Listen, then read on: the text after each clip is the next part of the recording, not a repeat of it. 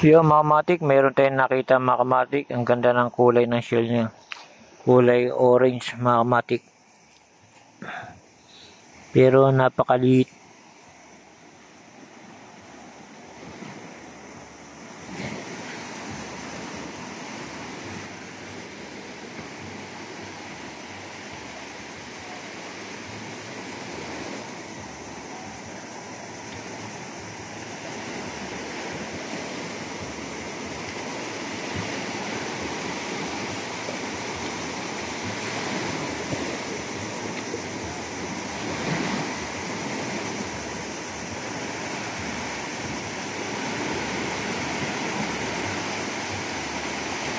Ayan mga kamatik, makulay yung kanyang shell.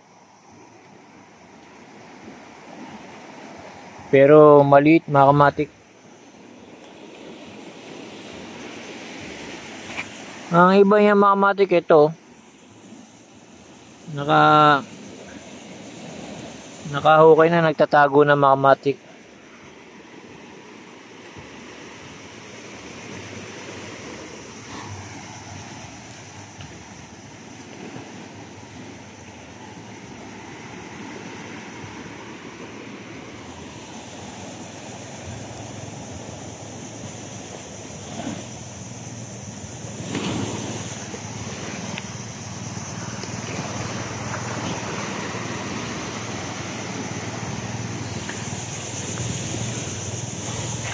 Hanap pa tayo dito mga kamatik kung meron tayong makikita. Meron naman dito mga kamatik, medyo nakaangat na sila sa tanim. Ayan. Umakit na sila sa sa halaman. Ito pang isa mga kamatik.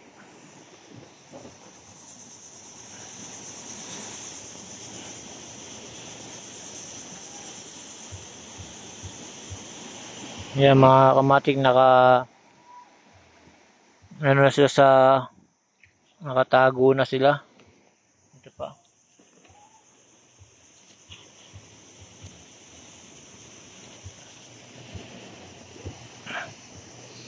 Ayan mga kamatik, nagtatago na.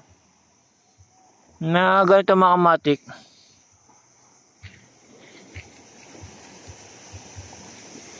Pakita ko sa inyo. Ito mga kamatik.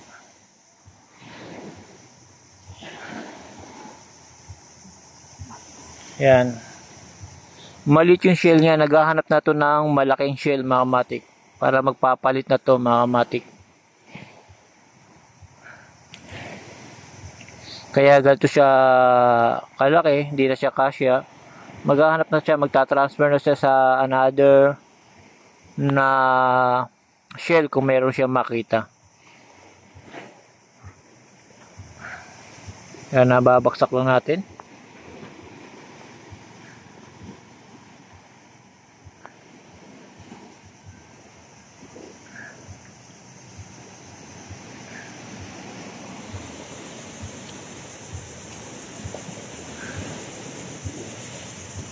Yung mga kamatik, dahil sa maghahanap na ng shell, maghahanap din tayo ng iba pa mga kamatik. Dandahan lang tayo, baka makatapak tayo. Ito naman mga kamatik, medyo maganda din siya.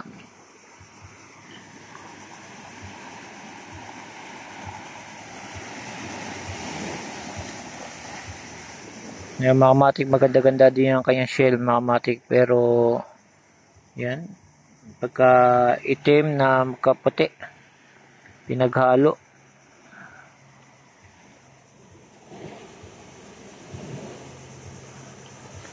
Ano tayo uli dito mga kamatik?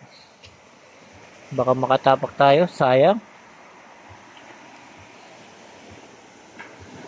Dito mga kamatik, marami dito umang. Pero mga taga Bicol, gaya na sinabi ko, pinapain lang nila sa pamimingwit.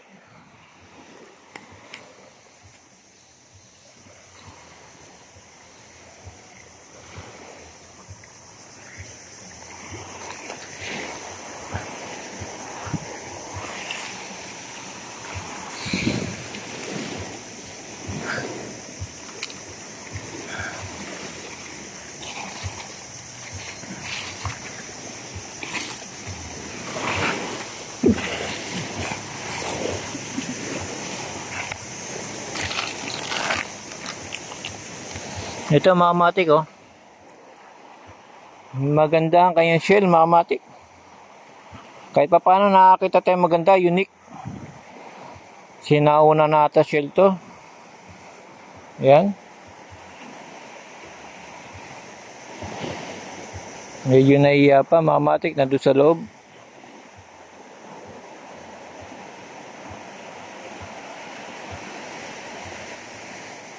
Yung mga ganito mga kamatik, sinaunang shell na to, matagal na shell na ganitong klase mga kamatik. Yan.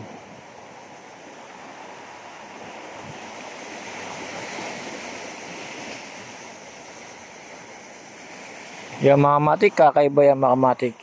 Yung mga kamatik, dahil sa nakarami na tayong maganap mga kamatik, hahanap pa tayo bukas.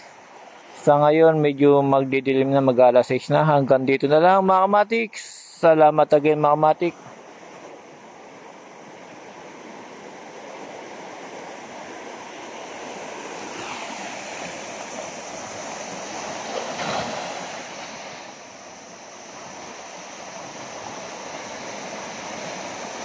Ang lakas ng alon mga kamatik.